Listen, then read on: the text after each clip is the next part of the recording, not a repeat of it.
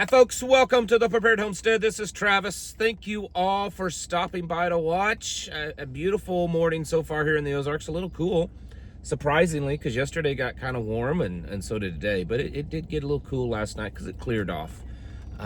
So it still has that spring feeling to it, even though we're starting to warm up, and there's a chance of some more storms moving in this weekend. So, which is also spring, right?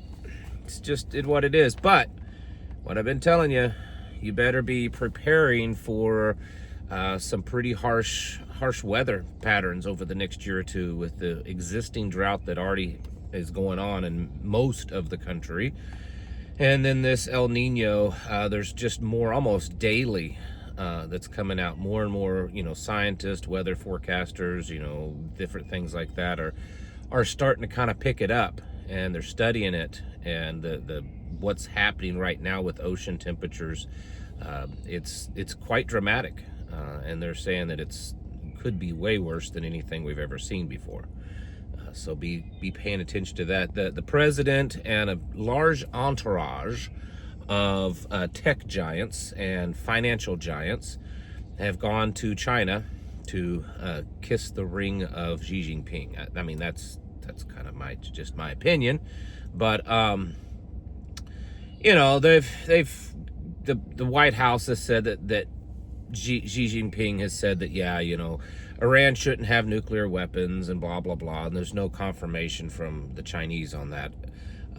But I think, and this is just my gut, but I think that a lot of what this is, especially with the entourage that the president took with him, is really to kind of secure and to talk about tech. And like I have been saying, this is the kind of the final planning stages for the great reset, new world order.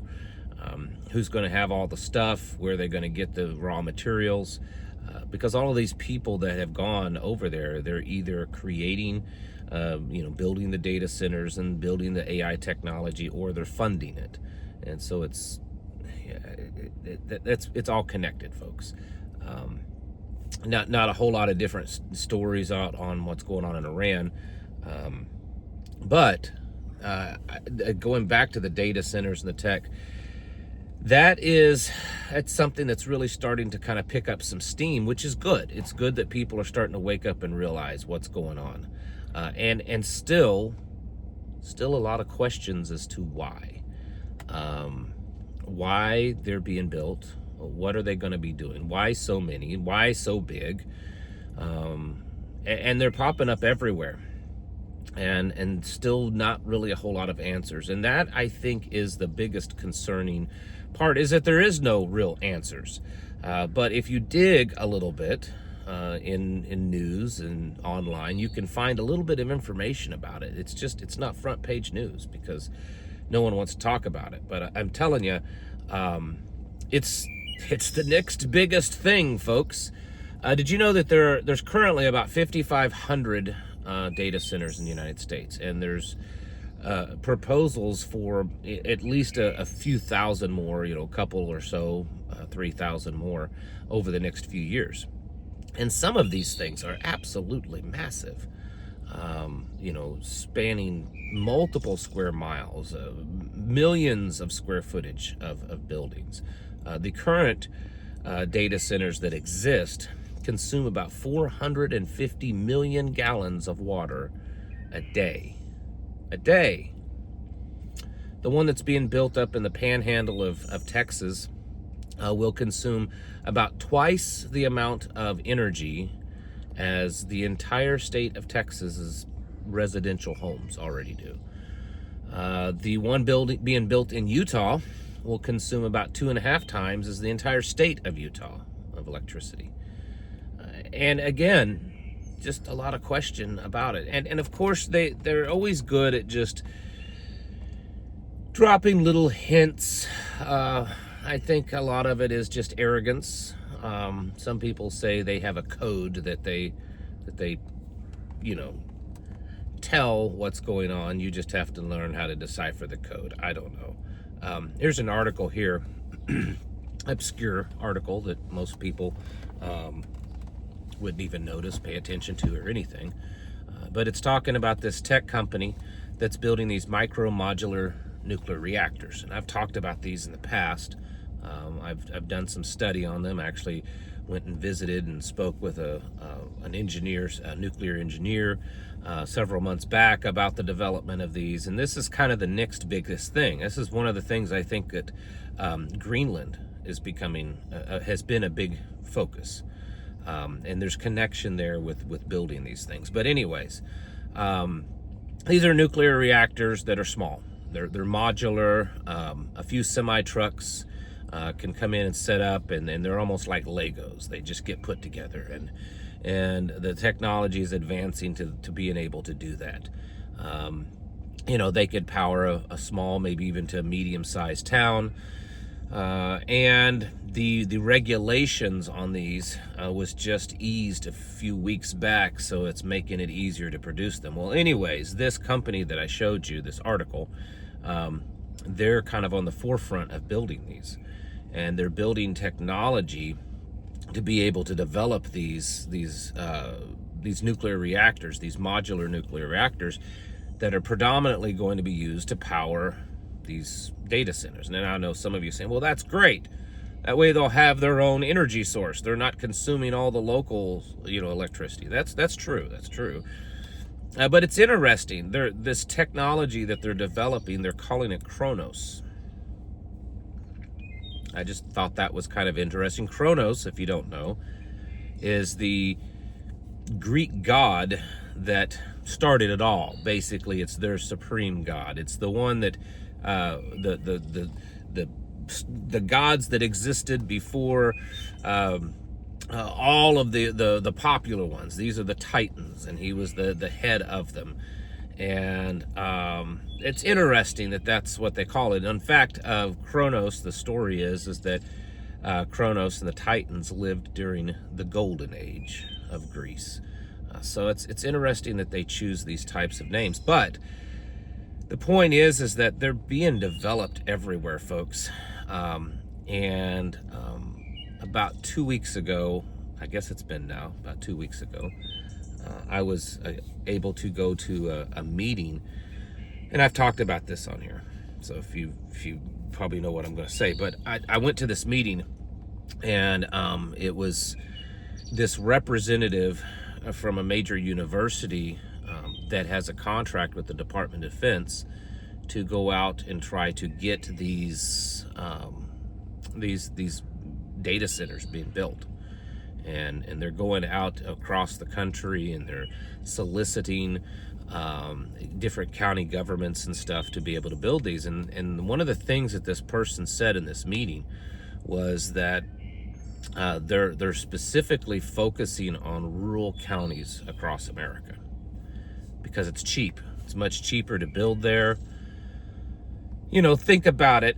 Where I live, land prices are dramatically cheaper than, say around Philadelphia, Pennsylvania, or, certain places on the East Coast, up in New England, down in Southern California. It's a lot cheaper here. And so if they're going to come in and they're going to buy up 5,000, 10,000, 20,000 acres or even more, because some of these places are buying more, wouldn't it make sense? It's also a lot of times the regulations are eased in these rural counties, and they can come in and they can sell to the county leadership that, hey, we're going to bring in money and jobs into this county. I mean, they're not telling them that we're also going to pollute, we're going to consume all the electricity, and it's going to cause your bills to go up and all of this kind of stuff. But it looks like a sweet deal. So many counties in America, the rural ones, are struggling. They're struggling with, job space. They're struggling with keeping their people there from moving off to the cities. And so that they're moving into these, these rural counties. And this person at this meeting actually talked about that it's perfect for them. And so they're soliciting this. And so, and if you look at what's been in the news, sometimes even locally where you're at, talking about these things being built or being proposed, That's been the case. Most of them are in small communities, rural counties. So you have to be paying attention. If you want to get involved locally, one of the things you can do is start a campaign in your county or your town, especially at the county level. That would be even better. But to try to get some type of ordinance passed that would ban the building of these types of data centers in your county, in your communities. That's something that some people are trying to get started. And it's one way of kind of slowing down the process. The thing is that these things are, there's something going on here, folks. There's no way, when you look at the numbers that they're being built, the mass amount of them that's being built, there's no way that there's really anything good coming out of it. That this is the system that we've talked about for years, the surveillance, the control, the consuming of all of your data, where every little thing about you, it knows. I've talked about it in the past before, about how these computer systems, especially when they're connected to artificial intelligence, that they're not just looking at like your spending habits or where you go. They're actually also recording your keystrokes on your phone, how you type things in, how you scroll through something, and they're able to determine behavioral traits on you. I mean, this is insane, the stuff that they're doing. And so everything is being consumed. That's why, one of the reasons why they're building so many and so large, so that they can consume every little tiny bit of data from you and then process that and create a way to control you. Also surveillance and controlling of machines and everything.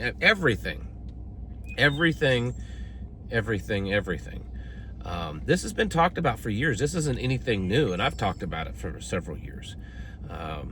One of the top advisors to Obama has written books and spoken at the Davos meeting, the World Economic Forum meeting, talking about this, that dataism will become like a religion, to where they want to consume every bit of data there is so that they can use that to develop these systems that will control everything. And it's being built right now. There's 5,500 of them. The next country in line with the most is Germany, and they only have like 500 and some. So it's very clear that the United States is planning on being at the forefront of this, that the United States will be leading this new system that's being built. And so I'm telling you, folks, you need to get ready for it. You need to work on your self-sufficiency. You may not be able to completely combat this and to avoid it, but the more and more you are self-sufficient, the more capabilities you have to become very self-sufficient and disconnect, the better off you're going to be. Because this stuff is happening at an insanely rapid pace. And you need to wake up and prepare for it. Folks, it's time to get your houses in order and to prepare yourselves mentally, physically, and spiritually. Thanks for watching. Catch you in the next video.